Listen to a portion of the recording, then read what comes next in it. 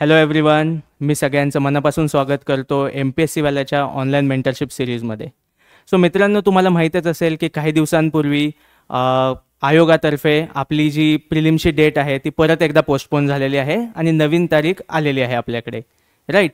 So याच्यामध्ये जेव्हा स्टुडंटशी interact केली मेंटरशिप प्लॅटफॉर्मवरती, बऱ्याच स्टुडंटचे जे कॉमन डाऊट्स आले. सो आमच्या असं लक्षात आलं की मोस्टली सगळ्यांना सेम डाऊट्समध्ये कन्फ्युजन आहे, राईट. सो आपण असं ठरवलं की का आपण मेंटरशिपचाच प्रोग्राम का नाही आपण तो ऑनलाईनमध्येच आणू आणि ऑन द स्पॉट स्टुडंटचे डाऊट आपण डिस्कस करू, कारण एकाच्या डाऊटमधून मे बी दुसऱ्यांचा पण डाऊट रिझॉल्व्ह होण्याची शक्यता असते. सो त्याच्यासाठी MPSC वाला तुमच्यासाठी घेऊन येत आहे एक ऑनलाईन मेंटरशिप सिरीज जी पूर्णपणे लाईव्ह असणार आहे, राईट. सो या सिरीजचे काही जे थोडक्यात डिटेल्स असतील ते आपण आज पाहणार आहोत. ओके. सो सगळ्यात पहिली आणि महत्त्वाची गोष्ट आहे की ही सिरीज असणार आहे लाईव्ह. यूट्यूब किंवा तुमचं PWचं जे ॲप असणार आहे त्याच्यावरती आपण लाईव्ह येणार आहोत. मी अभिजित सर असेल त्याच्यामध्ये आणि तुमचे जे डाऊट्स असतील ते आपण लाईव्ह सेशनमध्ये रिझॉल्व्ह करणार आहोत. त्याच्यानंतर सेकंड महत्त्वाची गोष्ट आहे की जसं मी तुम्हाला सांगितलं की ह्याच्यामध्ये जे प्रिपरेशन रिलेटेड महत्त्वाचे ॲस्पेक्ट्स असतात, नोट्स मेकिंग असेल, रिव्हिजन असेल, टाईम मॅनेजमेंट असेल, तर त्या सगळ्या गोष्टी आपण याच्यामध्ये डिस्कस करणार आहोत, कवर करणार आहोत वन बाय वन. जसं मी सांगितलं की ही एक सिरीज आहे, सो प्रत्येक गोष्टीला आपण मुबलक टाईम देणार आहोत आणि या गोष्टी आपण ह्याच्यामध्ये डिस्कस करणार आहोत. दुसरी अशी गोष्ट आहे की हे इंटरॅक्टिव्ह सेशन असणार आहे, राईट. म्हणजे ह्याच्यामध्ये असं नाही की मी येणार आहे आणि पूर्णपणे मी ज्या गोष्टी प्रिपेअर केल्या आहेत त्या तुमच्याशी डील करणार आहे. सो याच्यामध्ये तुमचे डाऊट रिझॉल्व्ह करणं हा सेंटर पॉईंट असणार आहे, राईट. सो तुमचे जे सर्व डाऊट्स असतील ते तुम्ही विचारा, त्याच्यामधून आपण चांगले सोल्युशन फाइंड आउट करू. तुमचं प्रिपरेशन जे ऑफ ट्रॅक झालेलं असेल ते ऑन ट्रॅक करण्यासाठी हे सेशन तुम्हाला महत्त्वपूर्ण ठरणार आहेत, राईट. सो ह्याचं जसं मी सांगितलं हा मेजर फोकस जो आहे तो डाऊट रेझोल्युशनसाठी आहे, राईट. सो तुम्हाला जे प्रिपरेशनमध्ये डाऊट्स आहेत ते तुम्ही रेडी ठेवा. आपण लवकरच ह्याचे डिटेल्स आपण रिलीज करणार आहोत आणि त्याच्यानंतर ते सगळे डाऊट्स आपण ह्याच्यामध्ये डिस्कस करणार आहोत. सो प्लॅटफॉर्म असणार आहे यूट्यूबवरती पण तुम्ही हे ॲक्सेस करू शकता. ज्यांना यूट्यूब सुटेबल नाही आहे त्यांच्यासाठी PWचं जे ॲप आहे आपलं त्याचेही डिटेल्स तुमच्याकडे पोहोचवले जातील. सो या दोन प्लॅटफॉर्मवरती आपण लाईव्ह अपियर होणार आहोत, ठीक आहे. नेक्स्ट महत्त्वाची गोष्ट आहे की आता ह्या गोष्टी तर तुम्हाला माहीतच आहेत की notes making, revision, sources, time management हे आपल्या प्रिपरेशनमध्ये खूप महत्त्वाचे आहेत, राईट. सो ह्याच्यामध्ये जनरली काय डाऊट्स येतात, आपण काय टाईपचे डाऊट्स डिस्कस करणार आहोत हे आपण थोडक्यात बघूया. सो नोट्स मेकिंगमध्ये सगळ्यात महत्त्वाची गोष्ट असते की कोणत्या फॉर्मॅटमध्ये नोट्स बनवायचे आहेत, राईट. बऱ्याच लोकांचा प्रेफरन्स असतो की आम्ही ट्रेडिशनल पेन पेपर मेथडने नोट्स बनवणार आहोत, राईट. सो तोही योग्य मार्ग आहे. काही लोकांचं असतं की आम्हाला डिजिटल प्लॅटफॉर्ममध्ये नोट्स बनवायचे आहेत. मे बी ते टॅबलेट्स वापरत असतील, लॅपटॉप वापरत असतील किंवा काही जण फोन यूज करत असतील. तर कोणता वे हा सुटेबल आहे, कोणत्या टॉपिकसाठी कशा प्रकारच्या नोट्स बनवल्या पाहिजेत. बऱ्याच वेळा मी असं बघतो की स्टुडंट पुस्तक ओपन करतात आणि लिनियर एकाखाली एक असे पॉईंट्स नोट डाऊन करत जातात. तर कोणत्या चॅप्टरसाठी लिनियर नोट्स बनवल्या पाहिजेत, कोणत्या चॅप्टरसाठी कंपॅरेटिव्ह चार्ट असले पाहिजेत, कोणत्या चॅप्टरसाठी तुम्ही वेन डायग्रॅम बनवू शकता, तुम्ही माइंड मॅप बनवू शकता, तुम्ही काही मॅप यूज करू शकता, राईट. जसं की जॉग्राफीच्या नोट्स आपण बनवणार असेल, जर आपल्याला नद्या वगैरे प्रिपेअर करायच्या असतील तर जनरली आपण मॅप थ्रू करतो, राईट. कारण ते लक्षात जायला ती पिक्टोरियल मेमरी खूप महत्त्वाची असते. सो याच्यामध्ये आपण नोट्स मेकिंग रिलेटेड जे डिटेल्स आहेत की कशा प्रकारच्या नोट्स आपण वेगवेगळ्या बनवू शकतात, बऱ्याच वेळा आपण हा ऑप्शन खूप एक्सप्लोर करत नाही, राईट. नोट्स मेकिंग म्हणजे काय, जसं पुस्तकात असतं एकाखाली एक बुलेटिन पॉईंट्समध्ये आपण ते नोट डाऊन करतो. सो काही टॉपिक असे असतात की जर त्याचे नोट्स तुम्ही एका पानावर for example constitutional bodies, right. जर तुम्ही पुस्तक वाचत गेला तर त्याचे 40-50 पेजेस असतील, पण एका A4 चार्टवरती जर तुम्ही व्यवस्थित ते पॉईंट मांडले तर ते एका पानावरती आपण 5 मिनिटामध्ये त्या टॉपिकची रिव्हिजन करू शकतो. सो अशा प्रकारे जे काही नोट्सचे ट्रिक्स असतील, शॉर्टकट्स असतील ते पण आपण या सेशनमध्ये डिस्कस करणार आहोत.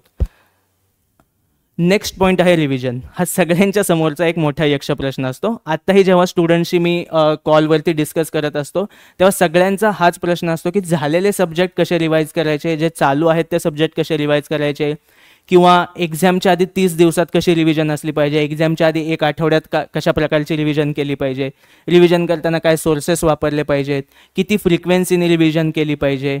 ओके. सो हे सगळे जे डाऊट्स आहेत तेही आपण याच्यामध्ये डिटेलमध्ये डिस्कस करणार आहोत. ओके. आणि लक्षात घ्या की रिव्हिजन हा सगळ्यात महत्त्वाचा पार्ट आहे. मोस्ट ऑफ द टाईम मी माझ्या प्रिपरेशनमध्ये असं नोटीस केलेलं आहे की बरेच लोक हे शेवटच्या 30 ते 40 दिवसांमध्ये गिवअप करतात, कारण ते रिव्हिजनचं प्रेशर त्यांना हँडल होत नाही. राईट, सगळ्यांना वाटतं की सगळंच इम्पॉर्टंट आहे, पण तसं नसतं. PYQ आपण जर व्यवस्थित ॲनालाइज केले असतील तर आपल्याला टू द पॉईंट रिव्हिजन करता येते. जो काही टाईम आहे तो व्यवस्थित आपण युटिलाइज करू शकतो. सो ह्या ज्या सगळ्या गोष्टी आहेत, जे मेंटर्स इतर स्टुडंटसोबत डिस्कस करत असतात, त्याच्यातून जे सोल्युशन निघतात ते आपण सगळे या सेशनमध्ये डिस्कस करणार आहोत. राईट, सो रिव्हिजन नंतरचा नेक्स्ट आणि सगळ्यात मोस्ट इम्पॉर्टंट पॉईंट आहे तो म्हणजे टाईम मॅनेजमेंट. ओके, असं म्हटलं जातं की those who fail to plan to fail. Right, म्हणजे जर तुम्ही व्यवस्थित प्लॅन केला नाही, तुम्ही कितीही हार्डवर्क करा. राईट, तुम्हाला सगळ्यांना माहीत आहे की आपल्याकडे सेम रिसोर्सेस असतात, सगळ्यांकडे सेम 24 तासाचा दिवस आहे, पण काही लोक हे फर्स्ट अटेम्प्टमध्ये क्लिअर करतात, काही लोकांना पंचवार्षिक योजना कंप्लीट कराव्या लागतात. राईट, सो ह्याच्यामध्ये सगळ्यात महत्त्वाचा जो एलिमेंट आहे तो आहे टाईम प्लॅनिंगचा. राईट, टाईम प्लॅनिंग बऱ्याच वेळा मी स्टुडंटच्या डायरीज वगैरे बघतो की टाईम प्लॅनिंग म्हणजे ते फक्त सकाळी 6 ते रात्री 12 दिवस कसा स्पेंड करायचा हे लिहून काढतात. ते झालं डेली शेड्यूल. ओके, मित्रांनो फरक समजून घ्या. टाईम मॅनेजमेंट आणि डेली शेड्यूल ह्याच्यामध्ये फरक आहे. टाईम मॅनेजमेंट ही जास्त कॉम्प्रिहेन्सिव्ह गोष्ट आहे. याच्यामध्ये कुठल्या गोष्टीला किती टाईम दिला पाहिजे, असं नाही की 3 तास तुम्ही पॉलिटीला दिले तर 3च तास तुम्ही जॉग्रफीला द्यावे लागतील, 3च तास तुम्ही प्राचीन आणि मध्ययुगीन भारताला द्याल. नाही. सो टाईम मॅनेजमेंटमध्ये पहिल्यांदा आपल्याला एक्झामची डिमांड समजून घ्यायची आहे. राईट, आणि त्या डिमांडच्या अकॉर्डिंग आपल्याला आपला टाईम मॅनेज करायचा आहे. आता बऱ्याच वेळा आपलं प्रिपरेशन हे 3 पिलरवरती अवलंबून असतं. कॉन्सेप्च्युअल अंडरस्टँडिंग आहे, रिव्हिजन आहे आणि मग प्रॅक्टिस आहे. राईट, सो कॉन्सेप्च्युअल अंडरस्टँडिंगला दिवसातला किती वेळ गेला पाहिजे, रिव्हिजनसाठी किती वेळ असला पाहिजे, तुमच्या प्रॅक्टिस करण्यासाठी क्वेश्चन सॉल्विंग असेल, मॉक टेस्ट असेल, त्याच्यासाठी किती वेळ असला पाहिजे. सो या सगळ्या गोष्टींची शास्त्रशुद्ध पद्धतीने आपण ह्याच्यामध्ये डिस्कशन करणार आहोत. राईट, सो टाईम मॅनेजमेंट हा एक इम्पॉर्टंट ॲस्पेक्ट आहे. याच्याबरोबर बरेच ॲस्पेक्ट्स आहेत आपल्या प्रिपरेशनमध्ये जे आपण डिस्कस करणार आहोत. ते आता डिटेलमध्ये इथं डिस्कस करत नाही मी, पण जसं की रिसोर्स मॅनेजमेंट. राईट, आपल्या मार्केटमध्ये रिसोर्सेसचा पूर आलेला आहे. राईट, कोणताही नवीन पॉईंट सिलेबसमध्ये आला की त्याच्यामध्ये रिसोर्सेस येत जातात, पण आपल्याला किती गोष्टी वापरायच्या आहेत, एक्झामसाठी किती गरजेच्या आहेत, आउटपुट रेशो कसा डिसाईड करायचा आहे, या सगळ्या गोष्टी आपण ह्याच्यामध्ये डिटेलमध्ये डिस्कस करणार आहोत. राईट, नेक्स्ट पॉईंट आहे मॉक टेस्ट. राईट, मी जनरली असं बघितलं आहे, मी जेव्हा UPSC MPSC दोन्ही स्टुडंट्सला गाईड करतो तर राज्यसेवेच्या परीक्षेमध्ये मॉक टेस्ट ह्या मोस्ट इग्नोर्ड पार्ट आहे. राईट, बऱ्याच वेळा स्टुडंट्स असं असतं की ॲटलिस्ट 10 ते 15 मॉक टेस्ट सोडवल्या खूप झालं. राईट, पण मी असे काही स्टुडंट्स बघितले आहेत की ज्यांनी 50 ते 60 पण मॉक टेस्ट सॉल्व्ह केलेले आहेत. ओके, आणि सगळ्यात महत्त्वाची गोष्ट लक्षात घ्या, मॉक टेस्ट ह्या या पर्पजसाठी नाही आहेत की हे क्वेश्चन एक्झाममध्ये रिपीट होतील. मॉक टेस्टचे जे पर्पजेस आहेत, कोणत्या पर्स्पेक्टिव्हने आपण मॉक टेस्ट सोडवल्या पाहिजेत, या सगळ्या गोष्टी आपण या मॉक टेस्टच्या सेशनमध्ये डिस्कस करणार आहोत. त्याच्यानंतर ही गोष्ट बऱ्याच वेळा नोटीस केली जाते की आपण अभ्यास खूप चांगला करतो, लायब्ररीमध्ये आपला एक कम्फर्ट झोन असतो, घरामध्ये आपला एक कम्फर्ट झोन असतो, आपण भरपूर अभ्यास करतो, पण ॲक्च्युअल पेपरला गेल्यानंतर आपण इथं क्वेश्चनमध्ये पडतो. बऱ्याच गोष्टी असतात ज्या सिली मिस्टेक जसं म्हणतात स्टुडंट्स, आणि त्या कमिट केल्या जातात एक्झाममध्ये. सो पेपर सॉल्विंग टेक्निक्स पण आपण ह्याच्यामध्ये डिस्कस करणार आहोत की किती राऊंडमध्ये पेपर सोडवला पाहिजे, टाईम मॅनेजमेंट पेपरच्या वेळेस कशी असली पाहिजे, डिफिकल्ट क्वेश्चनला कसं टॅकल केलं पाहिजे, कितीपर्यंत आपण रिस्क घेतली पाहिजे. सो याही गोष्टी आपण या सेपरेट सेशनमध्ये डिस्कस करणार आहोत. आणि त्याच्यानंतर सगळ्यात महत्त्वाची गोष्ट, ओके, सो हे असं नाही आहे की फर्स्ट अटेम्प्टच्या स्टुडंट्सला असेल, सेकंड अटेम्प्टच्या, ही युनिव्हर्सल गोष्ट आहे. आणि बऱ्याच वेळा मोटिवेशन, टेम्परामेंट या गोष्टींमुळे, जसं मी तुम्हाला सांगितलं की शेवटच्या 30 दिवसांमध्ये बरेच स्टुडंट्स या एक्झामच्या आधीच फेल होतात. ओके, सो ह्याचं महत्त्वाचं कारण आहे ही टेम्परामेंट. ओके, आणि बऱ्याच वेळा आपण लायब्ररीतून बघितलं असेल की अभ्यासाच्या आधी मेडिटेशन करणं असेल, पेपरच्या आधी थोडंसं शांत बसणं असेल, काही मेडिटेशनचे ऑडिओ व्हिडिओ ऐकणं असेल. सो याच्याबरोबरच अजून ज्या थोड्याशा सायंटिफिक मेथड्स आहेत की ज्याने आपलं मोटिवेशन आपण इंटॅक्ट ठेवू शकतो, आपली टेम्परामेंट ही चांगल्या प्रकारे बिल्ड करू शकतो.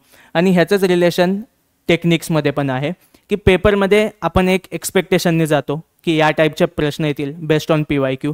अचानक काही न्यूनेस येतो पेपरमध्ये, वेगळ्या टाईपचे क्वेश्चन्स येतात, तर त्यावेळेस आपण स्वतःला कसं सावरायचं आहे, कसं बॅक टू आपल्या नॉर्मल एनर्जीपर्यंत यायचं आहे, याही गोष्टी आपण सगळ्या ह्याच्यामध्ये डिस्कस करणार आहोत. सो हे या सेशनमध्ये मी ब्रीफली सांगितलं तुम्हाला, पण हे जे सगळे पॉईंट्स आहेत याच्या व्यतिरिक्त तुमच्या डाऊट्समधून जे काही नवीन पॉईंट्स येतील ते सगळे आपण या मेंटरशिप गायडन्स सिरीजमध्ये डिस्कस करणार आहोत. ओके, सो मित्रांनो, एक गोष्ट लक्षात ठेवा की रिसोर्सेस सगळ्यांकडे 90% सेम आहेत, सगळ्यांकडे टाईमही सेम आहे. काही वर्किंग प्रोफेशनल सोडता सगळ्यांकडे टाईमही सेम आहे, राईट. आपल्याकडे बुक्स सेम आहेत, आपल्याकडे येणाऱ्या मॉक टेस्ट सेम आहेत, PYQ ही सगळ्याकडे सेम आहेत.